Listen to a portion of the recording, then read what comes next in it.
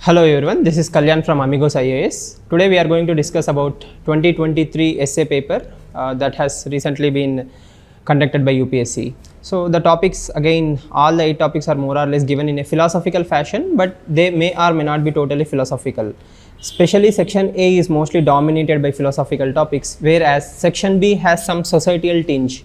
Okay, so we will try to look at each and every topic from its general perspective, how to start thinking about it, because this is not a video where I am going to spoon feed you on how to write an essay line by line, right? So I'm here to give you a perspective. What are the 8 topics? What is UPSC expecting from you? And what are the pitfalls in these topics? And where do you think the students will make mistakes? Because students can make mistakes in a lot of areas. So we'll start with the essay 1. Thinking is like a game, but it does not begin unless there is a opposition. So it's like a binary topic, right? It's like a yes or no topic. Okay, so he's asking, unless there is a opposition, you cannot think. Okay, so if you fall into the trap and start writing, yes, we always need an opposition team, yes, then that becomes a one-sided essay. At a point of time, you can also bring in self-introspection. Yes, how to go about it. Thinking also comes from being in solitude. For example, Nikola Tesla, the famous inventor, scientist, he talks about solitude. Solitude creates a lot of ideas. So like this, thinking can be developed with the help of others, definitely yes, without the help of others also. Next, visionary decision making. So it's not about just ordinary leadership, it's about visionary leadership happens at intersection of intuition and logic. So he's talking about intuition, which is a part of like a emotion, right? Here you need a hunch, a feeling, a gut feeling. Sometimes where people will say, this won't work, that won't work. In such times, leaders will say, just watch, this is going to work fantastically, and they will prove you wrong. Such kind of visionary leadership is being asked by the UPSC. Next, a very famous quote by J.R.R. Tolkien, The Lord of the Rings, right? So not all who wander are lost. That means if you are roaming aimlessly, randomly, just for the sake of wandering, some people might consider you as lost, but you may or may not be lost. So what is the depth of that essay? We will see just in a few minutes. Next, inspiration or for creativity springs from the efforts to look at magical in the mundane. That means you look at everyday things, okay, but then you still find something very magical in that. That is where inspiration comes from. Inspiration doesn't come from the beautiful things all the time, but inspiration has to be created from the everyday tasks, everyday things. That is what makes life beautiful. So that is a very beautiful topic given by UPSC. So in my understanding, what might have happened in the section A, at least in the exam hall, is students are easily divided into 4 equal groups more or less. They may not write all the, unlike last year where everybody wrote the ship essay in part A, this time nicely the distribution has happened, 20% more or less, or 25%. So that's a good distribution in my understanding. Next, if I have to write an essay, probably I will go with the first topic, which is very easy. Thinking is like a game. It doesn't have a lot of depth or confusion or ambiguity. It's very pretty straightforward to understand. In worst case scenario, I will write the second topic, which is visionary decision making. 3 is risky because in the exam hall you need to find the right dimensions. Not only dimensions, you also need to find the right scope. Next is the fourth topic, which is very delicate topic. So preferably 1 and 2 are safe bets. That is one way to understand it. Now coming to the section B, we will little bit move away from philosophical, come into the societal tinge of the philosophical part, because here the topic is about girls are weighed down by restrictions, whereas boys are restricted or boys are burdened with demands. Both are harmful. In this essay, unfortunately, there is a trap. Students might fall into the trap of writing more about girls. Like for example, 80% of the essay might be about girls and only 20% or hardly any mention of the boys will be there. So it's easy, it's like a slippery slope. You can easily drag into the patriarchy and all those things. Then you start talking about all the problems in the girl child. That is not what UPSC is expecting from you. The UPSC is expecting for you to, write about girls and boys and why both are equally harmful.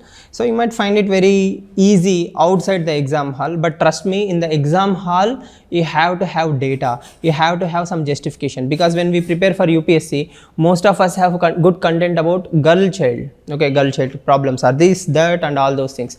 But when it comes to the boys part, okay, there is an ambiguity, there is a issue, because we don't have enough data. What are the restrictions that boys are bogged down with? Okay, for example, salary, higher education, expectations, men are not supposed to cry, like this. Society demands a lot from the men also. It spills over into mental health issues, okay, and that is where you need data or some examples to justify, right?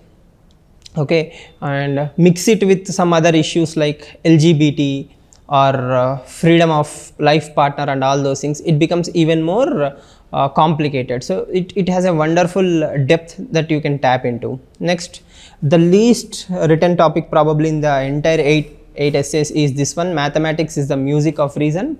Again, this is a very beautiful and in-depth topic, but you need to have good amount of data or a real love for the maths. Only then you will have examples, or else generic writing won't work, because mathematics is about reason, right? So as the quote goes, or as someone says, mathematics is the closest thing to the handwriting of the god. That means by looking purely at numbers, you can always rely on numbers. Numbers produce, data, insights. So if you follow numbers, there is nothing to debate about. You can prove anything through maths, and that is pure reason, right? So there is emotional reasoning and there is pure rational reasoning, right? So this essay is more about that rational reasoning, and that too using maths. Okay, and maths is the bedrock for almost everything, from artificial intelligence to science. So wherever you go, if you follow the maths, if you follow the numbers, if you follow the logic, it is supposed to yield to what? Reason. But again, don't forget that we live in a world of post-truth world, where reason may or may not be so valuable, right? Next, the third topic is also a little bit easy. This comes from John Rawls' thinking, more or less, Veil of Ignorance, Theory of Justice. A society that has moral justice or more justice is a society that needs less charity. This is a beautiful topic which talks about what? Which talks about if a society have a lot of morals, values, ethics, and it is a just society, then automatically the need for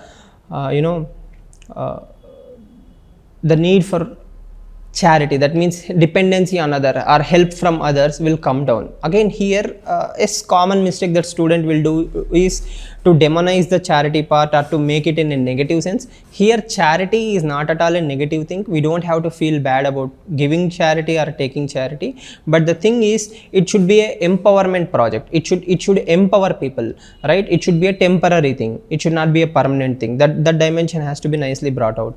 And the last one is, education is what remains after one has forgotten what one has learned in the school. Again, see, if you have a thought process, what happens is, you cannot demonize or bring the negative shades of schools and all those things. Yes, definitely we learn rote learning and all those things. Marks are given more priority to the school, okay, but we also have to remember, we learn a lot of values in the school. So when you write an essay, make sure you balance this part, and you also can talk about this part. Education is what remains is not about education, right? It's more about, it's not about literacy, it's more about education, values, okay? You are a good citizen, you are a good Samaritan, you have a lot of ethics, you are a good IAS officer. Where did all those strong values came from?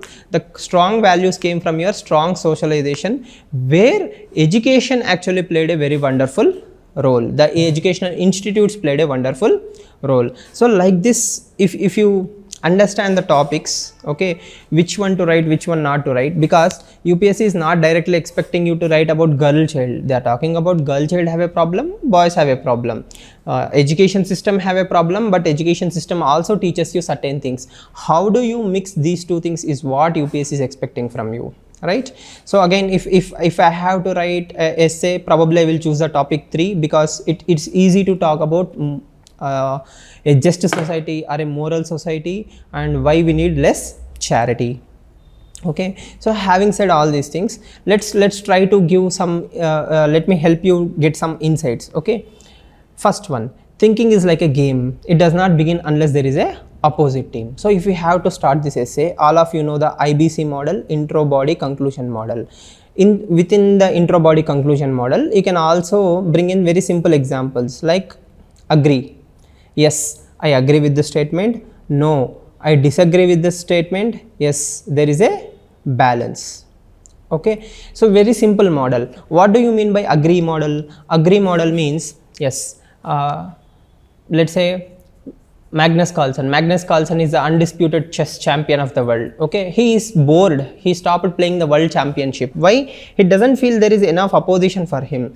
But let's say Pragnananda defeated him once or twice this year. Okay, now Pragnananda is again trying to defeat him, probably in the Champions Trophy or something like that. What happens is, even the best players will start developing new ambition, new purpose in life only when there is a opposition. So it can be like, for example, Australia versus India. Once upon a time, Australia was undefeatable. It is a world's best team. Because they forced Indians to become better, we started investing in all-rounders. So like this, Indian cricket team shaped itself because of Australian team, other teams, right? There was a criticism once that we don't play well in foreign pitches. We try to improve ourselves. Like this, whenever there is an opposition, okay, things get better and better. Even in parliamentary debates, we need opposition. Like this, wherever you go in life, okay, opposition has to be there. Opposition here does not mean only people. Opposition here also means principles, values.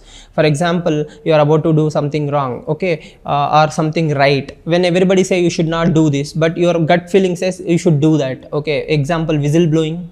Okay, so like this, opposition in thought process, people, institutions, situations, it only makes you stronger and better. COVID is the best example. The world was not ready for COVID pandemic, but because COVID was there, we were forced to become better and better. Like this, what happens is, if there is opposition, you will develop a game. Okay, then it will get, opposition will also get stronger. Like this, we compete with each other and overall the game will get better. Okay, so in ancient India, there is a philosophy called as Tarka Shastra, right? Gautama's Tarka Shastra, that means logic. So they take like, okay, there is a topic, I counter everything that I think that the topic has some issues with. Then you re-answer, like saying, okay, these are the problems you have mentioned, this is the logic. Then again I will question you, again you will answer. Like this, by thinking more and more and more and more, okay, we will make the topic better and better. So opposition here is a good thing. Okay, next, disagree. Sometimes I don't need opposition, all I need is self-introspection, thinking and all those things. The more I think, the better I get. Okay, so what happens is, when I think more and more, okay, alone, solitude, I might get some new ideas. When the world is crowded with their own ideas, okay, I might think out of box. Okay, out of box thinking is developed because of, you know, a solitude. Okay, so sometimes I may not need opposition, I am my own opposition, I will question myself, I can get better and better. In that sense, it is opposition, but not in exactly literal terms. Okay, and finally the balance is, yes, we need opposition teams to make us stronger, plus we need internal motivation to make us better, then combinedly we will become even better. Yes or no? That means you can think on your own, you can take the help of opposition party, because sometimes opposition party may not be good, but you need to use them to get better and better. So like this, there is agree, disagree and balance model, which is very simple, nothing confusing. Okay, so it's up to you how you write this essay, right? And then the next essay is more or less in the same dimension. Visionary decision makers happen in the intersection of intuition and logic. Okay, the best example is Steve Jobs, even PM Modi, Elon Musk. All these people are considered as visionary decision makers. What makes them so special? In the nick of the time, in the moment when nobody believes in them, okay, they believe that gut feeling, okay, we have to do this and it will work out. When Steve Jobs was bringing in the Apple products, the new line of Apple products, Mac, iPhone and all those things, okay, it was a revolutionary idea. So he had an intuition and he had some logic. The world needs these kind of products. When Elon Musk was about to start Tesla, the renewable energy movement and all these things were not so popular, but he had a gut feeling, intuition plus logic. He just didn't had a feeling. He also invested in a good amount of technology. Even Prime Minister Modi, let's say for example, surgical strikes are a wonderful example where he has to use intuition plus logic. We had to answer the Pakistan or the terror groups, right? The state sponsored terrorism. At the same time, he had a very logical conclusion that, you know, we should send a very nicely trained thing. So we use intuition plus logic. Like this is an essay more about justification. Yes, I agree with the statement that intuition and logic are both are important. And then you can disagree. What is disagreement here? Sometimes intuitions can lead to wrong things. Okay, intuitions might lead to some negative outcomes. As a leader, you should be ready with such kind of responsibility taking decisions, taking responsibilities. If you don't take responsibilities, what will happen? Okay, next time people won't believe in your intuition. At the same time, too much belief in logic, that is data driven policy making only on the basis of data, is also a wrong thing. So at the end of the day, you have to balance intuition plus logic, but for what? For the welfare of the people. Welfare is the ultimate point that you need to remember. As you can see, welfare is the most important thing. So whatever the leader do, visionary decision makers, okay, it has to happen at the interjunction of intuition plus logic. But you have to be very delicate in what is your intuition, what is your logic, because sometimes leader will develop this God complex. I am God, whatever I want to do I can do, and it won't backfire. That is a very wrong notion. So intuitions are fine, but we should move more towards logic. But at the same time, we should have that humaneness. We should always be humane. So intuition should be for the humane thing, whereas logic should be for the rest of the things. So try to write an essay, we will see how it goes. Next, this one is not all who wander are lost. Okay, so wander normally is given a negative context. Negative context means you don't have aim, you are purposeless. Okay, you don't have any purpose, you are aimless, purposeless, you are wasting time and all these things. But sometimes a person can enjoy solitude, a person can enjoy his own rhythm.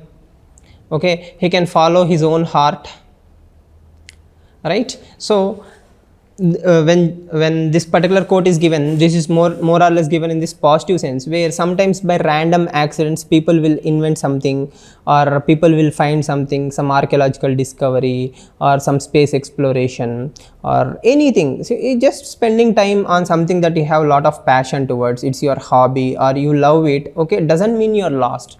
So not all who wander are lost, because they have passion, they have love, they have some drive, motivation to succeed in life. Okay, but if you are deliberately wasting time, not doing anything purposeful, then yes, definitely you are a wanderer who is lost, because you don't have a purpose in life. Having some purpose and just randomly exploring it is a totally different thing. So do think about the negative side and the positive side, right? Many discoveries in the planet or many achievements in the world are accidents, right? Because they are wandering in their own field. So they are not randomly wandering, they are wandering within their own field, and sometimes they make wonderful, beautiful discoveries. That can be the positive side and the negative side. Okay, then you can also talk about why do people wander, what is the problem with the set path. Okay, is following set path wrong all the time or right all the time? You can go into the dimensions part, but again, as I said, I don't want to take too much time elaborating this topic. I just want to give you some insights. Okay, next, inspiration for creativity springs from the efforts to look for the magical in the mundane. Here the problem is everyday stuff. See, what looks like random writing on the wall can be a graffiti. Okay, what looks like a random art might be a very valuable thing. So it depends on the eye of the beholder. At the same time, even everyday stuff can be magical. For example, somebody is cooking, let's say a chef is there, or some person working in a hotel is there, right? What looks like a normal roti or chapati or anything, you know, he could have put a lot of passion in that. Okay, he is loving what he is doing, he tries to improve it. Okay, let's take ordinary samosa, anything, any basic food also. Okay, people try to make it better and better and better. If not for the creativity, if not for the passion in the world, okay, we won't have a lot of beautiful things in the world. So what is mundane here is routine, everyday, ordinary stuff. But some people have the knack of finding magic in that. The best example I find is sand art. all of you know that the world famous sand artist is from India. Okay, when everybody sees sand, some people play in the beach. Okay, so what? It's a routine stuff. Okay, he converted it into a world class art. Yes or no? So think about it. There are so many beautiful artists, creators in the world who convert everyday ordinary stuff into something really magical. Okay, so if you can think about all such mundane things and convert them into magical, life is beautiful. But if you find even the most magical things mundane, there is a problem with you, right? So you need to have what? Passion. Passion plus love plus drive is what makes even the ordinary things into magical things. So that is the depth of this topic. Think about it. Next we will go to section B. As I have already mentioned section B, here the balance should be on girls and the boys. It should not be only on the boys, or it should not be only on the girls. Okay, you can give 60% weightage to the girls because that is the content we know, but you also have to talk about what? The boys issue.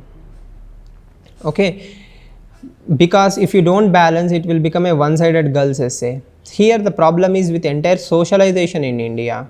Okay, the problem is with entire socialization in India, which dictates both for girls and boys, but we have to work about the child, because child is very impressionable. Whatever right things we say or wrong things we say, okay, that might lead to the impact. Okay, so be very careful. You know, we have to work on the balance part, and we also have to talk about the socialization. Socialization again here does not mean only society, it also affects Indian you know, education system, parenting system, overall societal expectation. It has a lot of depth. Okay, next, mathematics we have already mentioned. Wherever you can prove or use maths to promote what? Reason is what makes the world better.